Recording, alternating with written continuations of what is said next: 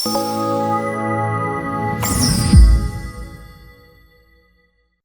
700 మంది ట్రైనీల తొలగింపు పరీక్షలో పై దేశంలోనే రెండో అతిపెద్ద ఐటీ కంపెనీ ఇన్ఫోసిస్ ఆ మధ్య గతంలో ఫ్రెషర్ల ఆఫర్ లెటర్స్ ఇచ్చి ఆన్ బోర్డింగ్ చేయలేదని విమర్శలు వచ్చిన సంగతి తెలిసిందే. అయితే చాలా రోజుల తర్వాత వారిని ఎట్టకేలకు విధుల్లోకి తీసుకుంటున్నట్టుగా గత ఏడాది ఆఖర్లో ప్రకటించింది.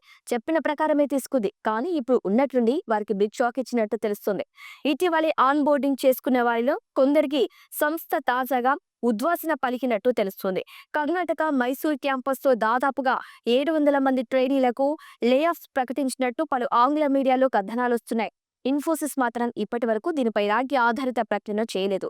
అయితే పూర్తి క్లారిటీ రావాల్సి ఉంది. ప్రెజర్లను ఆఫ్ లెటర్స్ ఇచ్చిన చాలా కాలానికి ఉద్యోగంలోకి తీసుకుంటున్నప్పటికీ వరుసగా పలు ఎవాల్యుయేషన్ పరీక్షలు విఫలమైనందునే తొలగించినట్టు సమాచారం ఉంది. ఇక 2024 అక్టోబర్లో ట్రైనీలుగా చేరిన వారిలోనే సగం మందికి పైగా వేటు పడినట్టు తెలిసింది. వరుసగా 3 సార్లు ఎవాల్యుయేషన్ టెస్టులో విఫలమైతే వారికి తొలగిస్తున్నారట. ట్రైనీలను బ్యాచ్ల వారీగా పిలిచి మరి మ్యూచువల్ సెపరేషన్ పేరిట లెటర్లపై సంతకాలు చేయించుకున్నట్టు సదరు కథనాలు పేర్కొన్నాయి.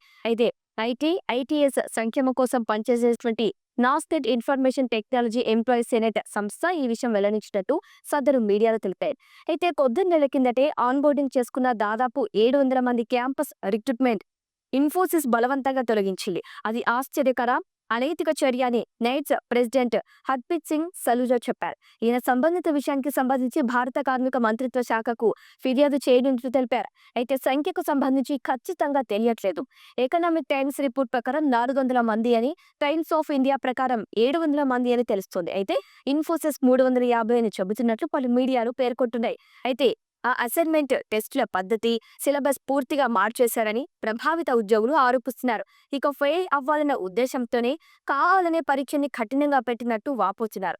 ఇక శుక్రవారం సాయంత్రం 6 గంటల్లోగా లే ఆఫ్స్ కు గురైన ట్రైనీలు అంతా క్యాంపస్ వీడాలని అల్టిమేటం జారీ చేసినట్టు సమాచారం.